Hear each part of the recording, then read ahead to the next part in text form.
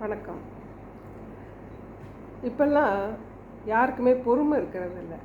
ரொம்ப அவசரமான ஒரு உலகத்தில் இருக்கோம். அவசரப்பட்டுட்டும் இருக்கோம்.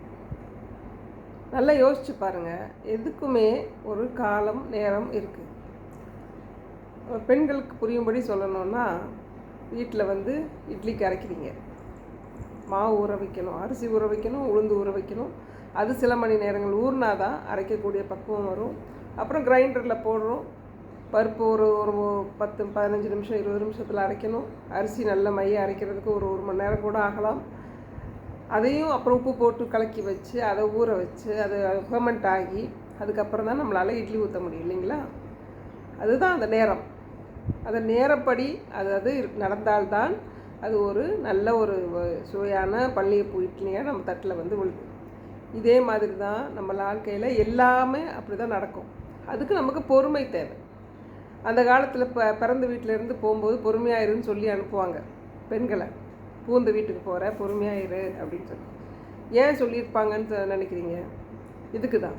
பொறுமையாக இருந்தால்தான் உங்களுக்கு அந்த வீட்டில் நடக்கிற அவங்கள பற்றிலாம் நல்லா புரியும். அவங்க எப்படிங்கிறது புரியும். அவங்க கூடலாம் எப்படி நம்ம சேர்ந்து வாழ போகிறோங்கிறதும் தெரியும்.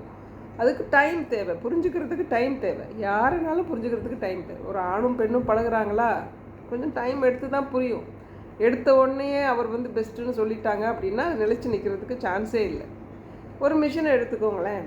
ஒரு எண்ணெய் ஆட்டுற மிஷினே வச்சுக்கோங்க. இப்போல்லாம் மரச்செக்கு எண்ணெயெல்லாம் ஆட்டுறாங்க. அதில் போட்ட உடனே அப்படியே எண்ணெயாக வந்துடுமா? இல்லை, கொஞ்சம் டைம் எடுக்கும். நம்ம தேங்காய் போடுறோன்னா அந்த தேங்காவெல்லாம் அரைக்கணும். அரைச்சி ஒரு பக்குவம் வரும்பொழுது தான் அதிலேருந்து எண்ணெய் பிரிஞ்சு நமக்கு எண்ணெய் கிடைக்கும். எல்லாத்துக்கும் ஒரு டைம் வேணும். Time is everything. அப்போது அந்த டைம் எடுக்கும் பொழுது தான் நமக்கு உண்மையான அது என்னன்றது நமக்கு புரியும். ஒரு ப்ராடக்ட் பண்ணுறோம் அப்படின்னா அதுக்கான ஒரு மூலப்பொருட்களெல்லாம் தயார் பண்ணி அந்த மிஷினை ஃபஸ்ட்டு ரெடி பண்ணி அதுக்கு டீசலோ பெட்ரோலோ ஆயிலோ போட்டு அதை ஓட விட்டு அது வெள்ளோட்டம் பார்த்து அதுக்கப்புறம் தானே எல்லாம் பண்ண முடியும். உடனே எடுத்தோம் கவுத்தோன்னா எப்படி பண்ண முடியும் சொல்லுங்கள்? அது மாதிரி வெற்றி அடையணும் அப்படின்னு நீங்கள் நினச்சிங்கன்னா அதுக்கும் ஒரு டைம் தேவை. அதாவது ஒன்று பண்ணிட்டாலே நமக்கு வெற்றி வந்துடும் அப்படின்னு நினைக்காதீங்க. It takes time. Everything takes time. Success takes time. நீங்கள் ஃபெயிலியர் கூட கொஞ்சம் டைம் தான் ஆகும். நீங்கள் ஃபெயில் ஆகிட்டீங்கன்னு நீங்கள் நினச்சாலே அதுவும் ஒரு டைமில் தான் ஃபெயில் ஆகிருக்கும். எதுவுமே ஃபெயிலியர் கிடையாது. Failure is a stepping stone to success அப்படின்னு சொல்லுவாங்க. ஒன்று சரியாக நடக்கலை அப்படின்னா நம்ம ஃபெயிலியர் அப்படின்னு சொல்லிடுறோம். அப்படி கிடையாது. நம்ம சரியாக ஏதோ சம்திங் ராங், அதை சரி பண்ணிட்டா கரெக்ட் ஆகிடும், அவ்வளோதான். ஸோ பொறுமையாக இருங்க. பொறுமையாக இருந்து நீங்கள் செய்யக்கூடிய வேலைகளை சிறப்பாக பண்ணுங்கள். இப்போது டெய்லி வாக்கிங் போகும்போது எங்கள் ஒரு வயல்வெளியில் போவேன். பார்த்திங்கன்னா ஒரு நிலத்தில் அவ்வளோ ஒரு அருமையாக அந்த நெல் கதிர்களை நட்டிருக்காங்க.